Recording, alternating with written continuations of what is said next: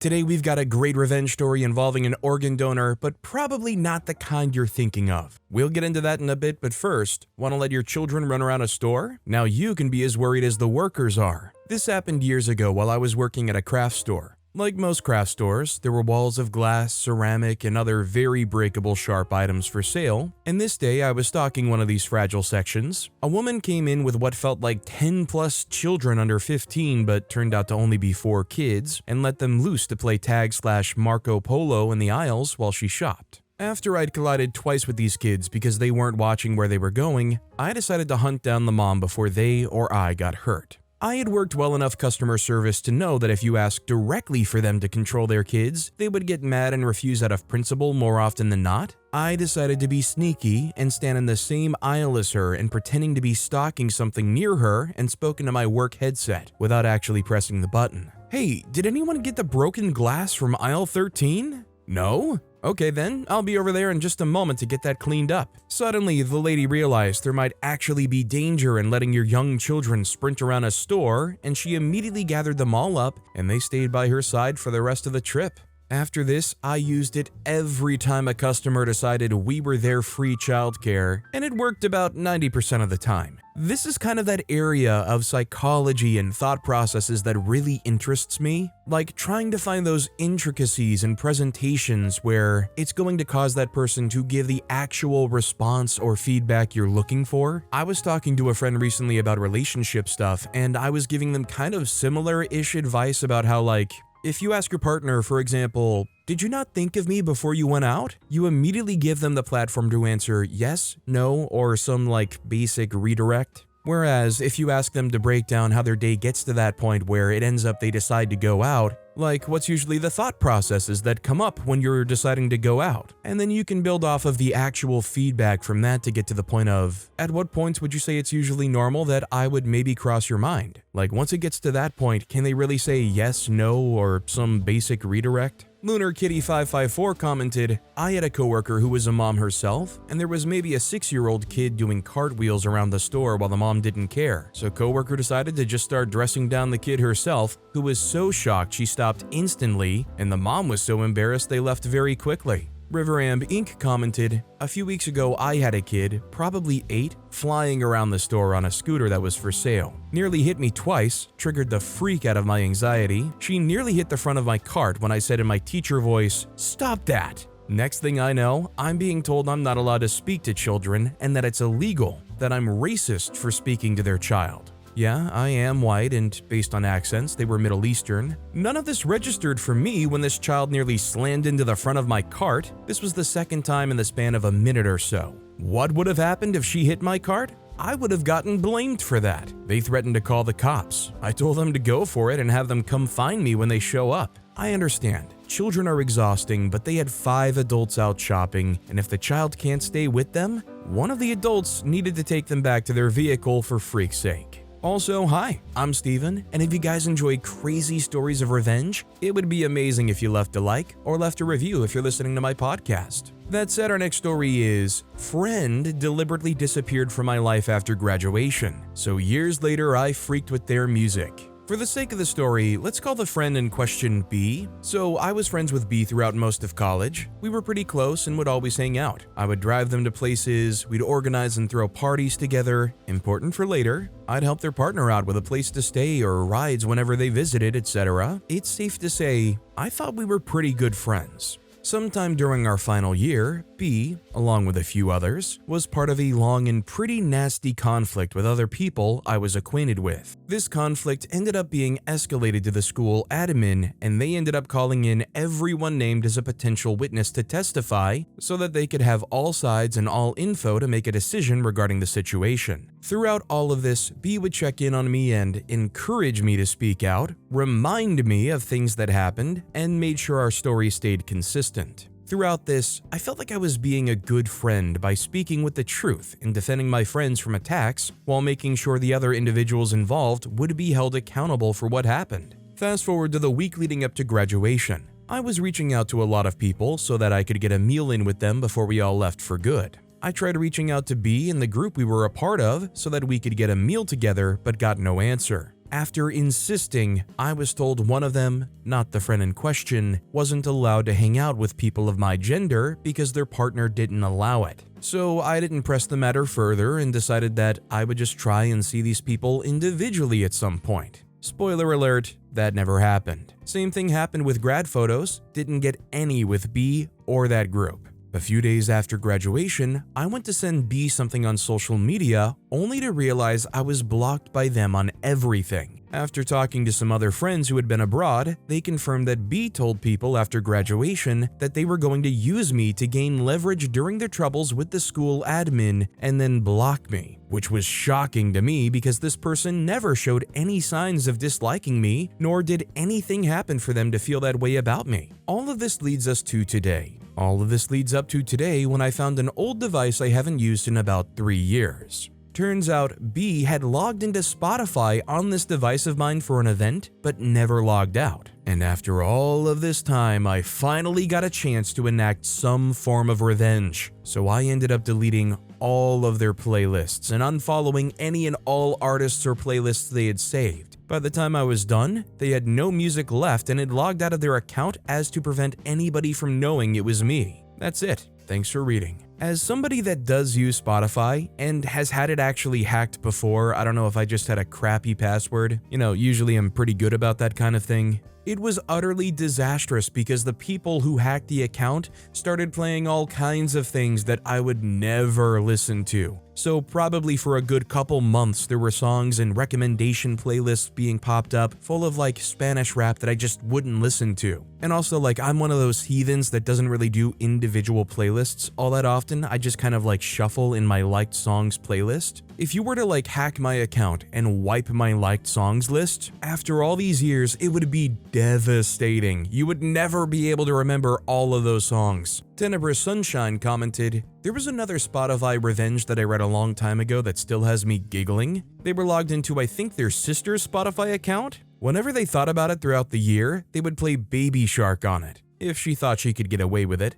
like when her sister was on an airplane, she would let it play for hours. At the end of the year when Spotify did their yearly review of her playlist, Baby Shark was everywhere." Our next story is, want to speed up your car so I can't walk on a crosswalk? Now it's my turn. Needed to go to a store that was located in a large and busy shopping center, parked my car and proceeded to walk from the parking lot to the crosswalk that leads to the storefront sidewalk. As I'm about to cross, I hear a car accelerate and then immediately look up. Had to quickly jump back as she almost hit me with her car. I reacted with a loud, "Are you serious?" She stops her car, looks at me and carelessly shrugs her shoulders while laughing. So I shake my head and continue. Then I realize that I'd parked on the wrong side of the shopping center from the store I was going to. I do the walk of shame back and get back in my car. As I'm driving to the other side, I see shoulder shrug lady about to cross in the same way that I had. Not proud of this, but I absolutely floored the accelerator so she couldn't cross. She jumped back in disgust but didn't realize it was me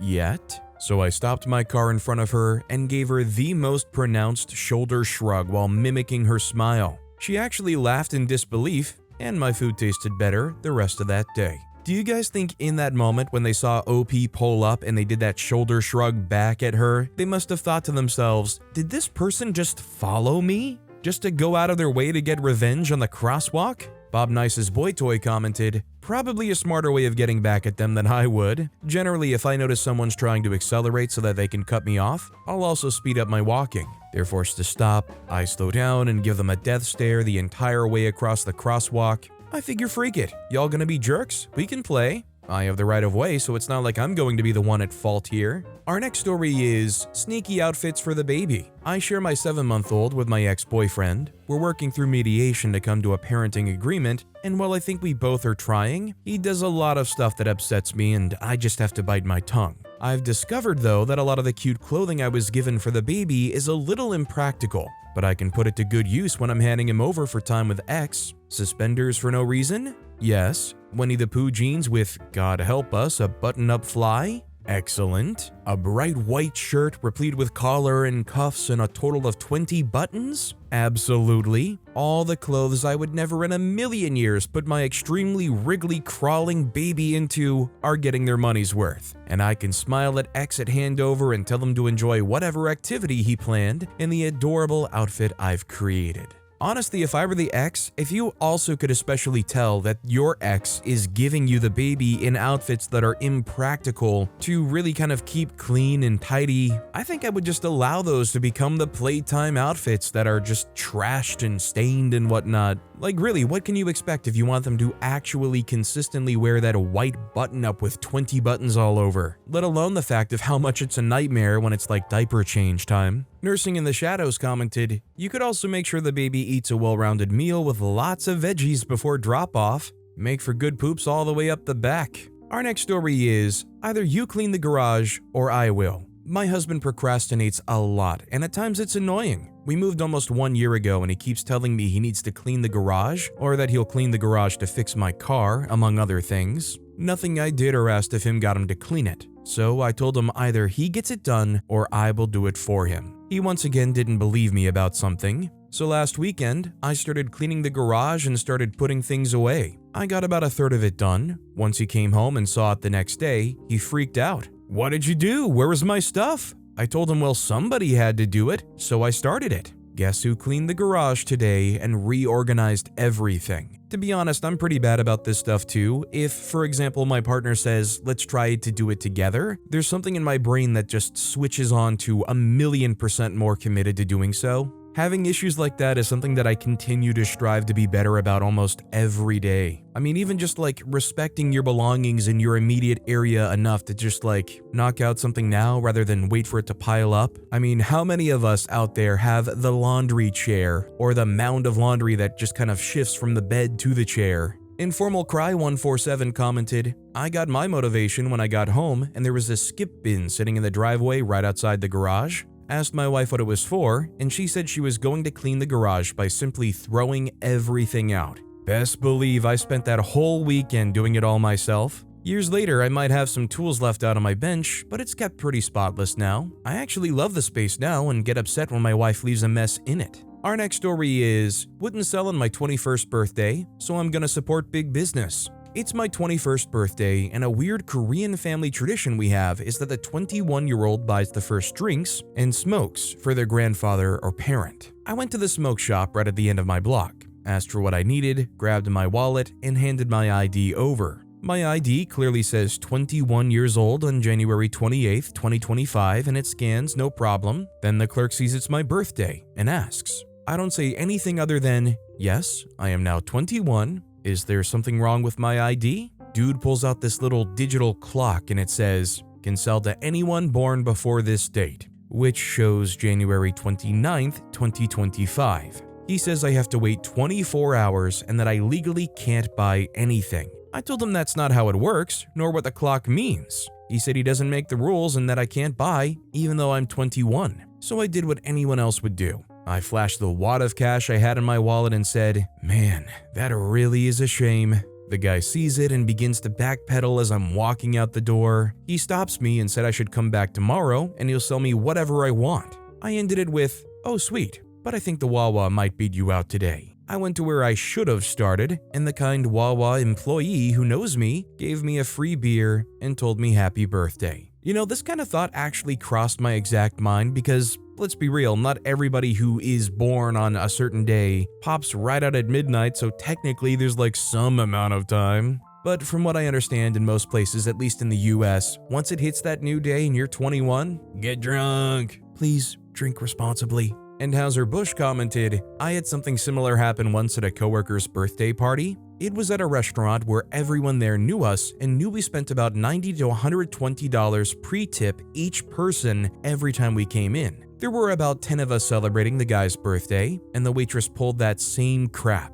Sorry, but the law says we can't serve alcohol on the birthday, only the day after. Every one of us got up and walked out and went to the bar next door. The waitress looked like she was going to cry or pass out with her realization that she just lost over $1,000 table." Our next story is, you don't want to pay? I'll hold your laundry hostage. I, 44-year-old male, at the time am a small business owner. I have a pickup and a delivery laundry service in a big city. My bread and butter is commercial business. Small salons, bars, restaurants. People like us because we don't require a lengthy contract. It's a sort of call us if you want to situation, and if you don't like us, don't call. It works both ways. We were pretty new to the business at the time, and we were super excited to get a Michelin 2-star restaurant's tablecloths and napkins. We didn't like the jerk finance guy, M, who always tried to negotiate us down, but we got along great with A. She was the logistics/fixer/genius problem solver for the restaurant.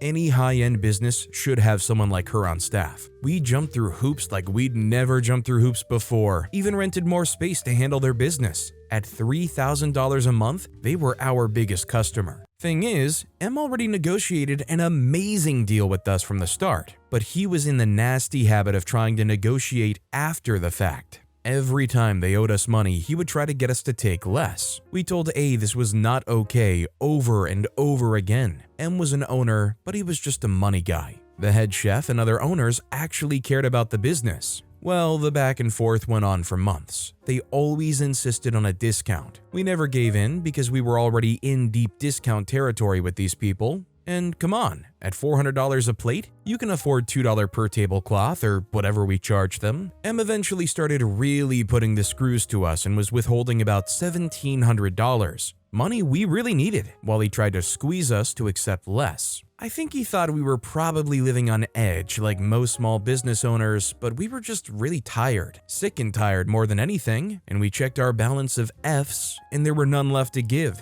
I came up with a plan and got my partner to agree. We put the plan in motion. We waited until the weekend came. We had almost all of these people's laundry. I think you can see where this is going. I called A and I told her that M could stuff it. We have all your laundry. It's all pressed and ready. It's Monday. You're planning to open again on Tuesday. When you pay us in full for this order and everything that you owe us for previous orders in cash, you'll get your laundry back. Not before. I also let her know that once we got paid, our business relationship would be over. This was disastrous for us financially, but we weren't going to starve to death. She understood, and she was actually on our side. She loved our service. She let all the owners know that we weren't messing around. She called us back, and we agreed on a time. I went to the restaurant, left my partner in the laundry in the van. I deal with all sorts of criminals and scammers in the neighborhoods where we delivered. I knew how to treat deadbeats. M wasn't there. The chef, other owner, was there, and only because it was him and not M did I accept a business check instead of cash. It cashed, no problem. I called my partner in to bring the laundry.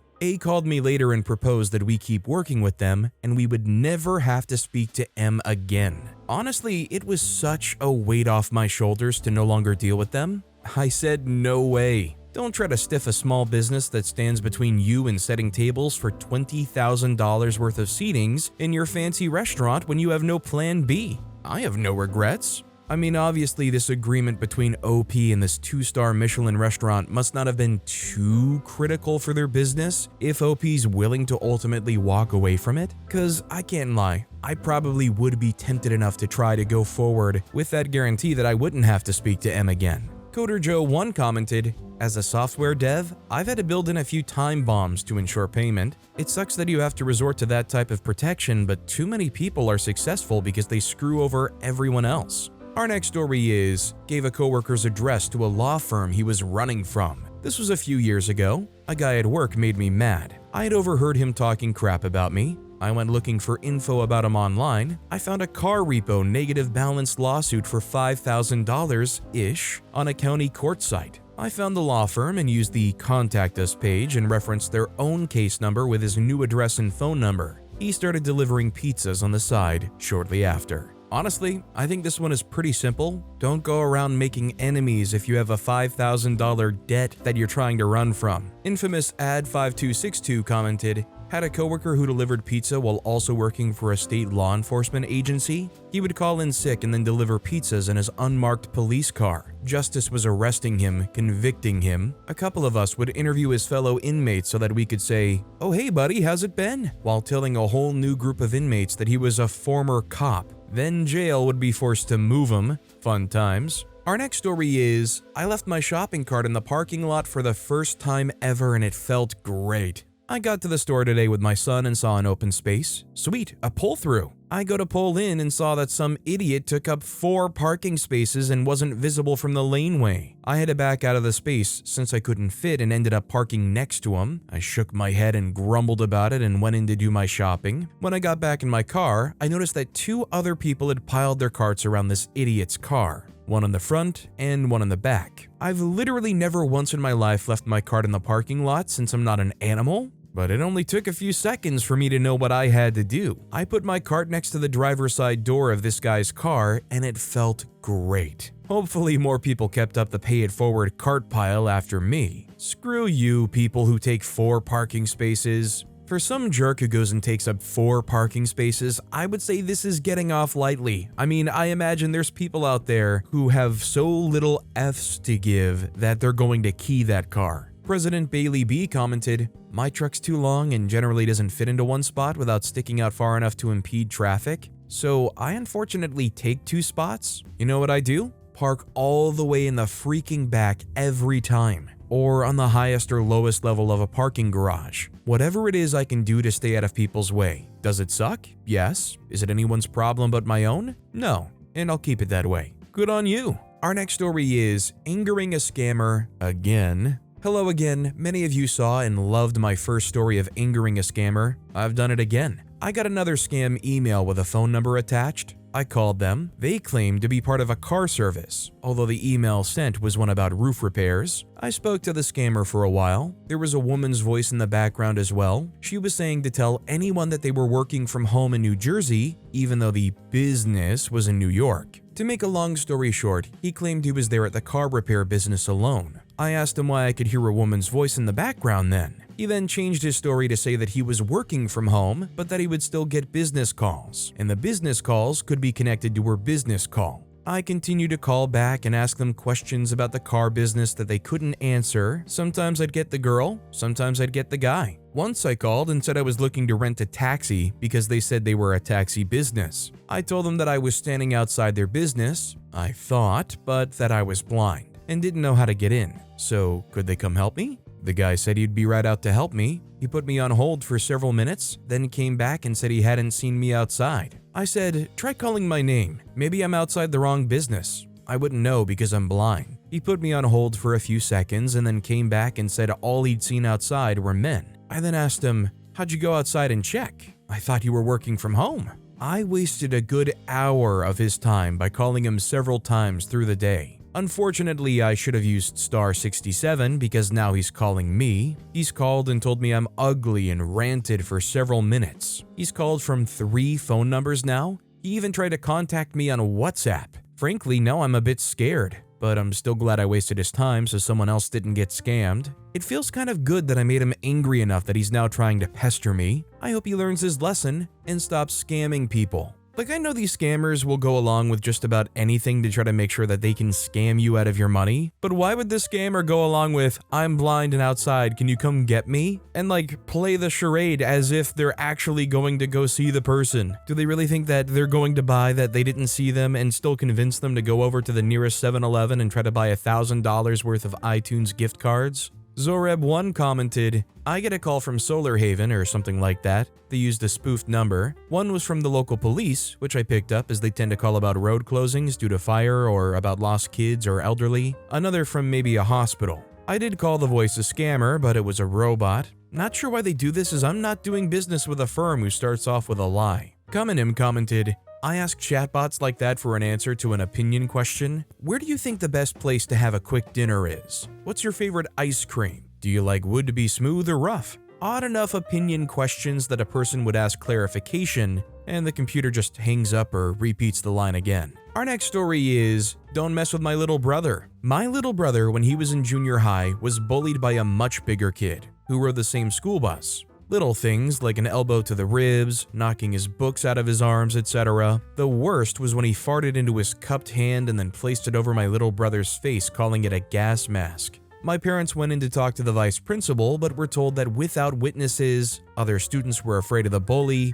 his hands were tied. My oldest brother, I'll call him Joe, was a junior in high school. I was a freshman and played ice hockey. He was over 6 feet tall and probably weighed around 180. Back then, he was a big kid and had the ice hockey physical contact mentality. Joe got a ride up to the junior high with a permission slip to ride the bus home with our little brother and was waiting at the bus stop when students were dismissed. He stepped in behind the bully just as he was going up the steps and followed him to his seat. When the bully sat down, Joe hip-checked him against the window, sat down next to him, and introduced himself. For the next 20 minutes or so, Joe spoke to the bully in a very matter-of-fact tone, telling him that he needed to stop bullying our little brother. He made no threats because a lot of other students were listening. The petty revenge? The bully's last name was Nobles. Joe referred to him as No Balls the entire ride. It became the bully's nickname. You gotta love the classic story of like an older brother that'll give you a hard time, but when a situation like this comes along, they're going to swoop in and absolutely save you.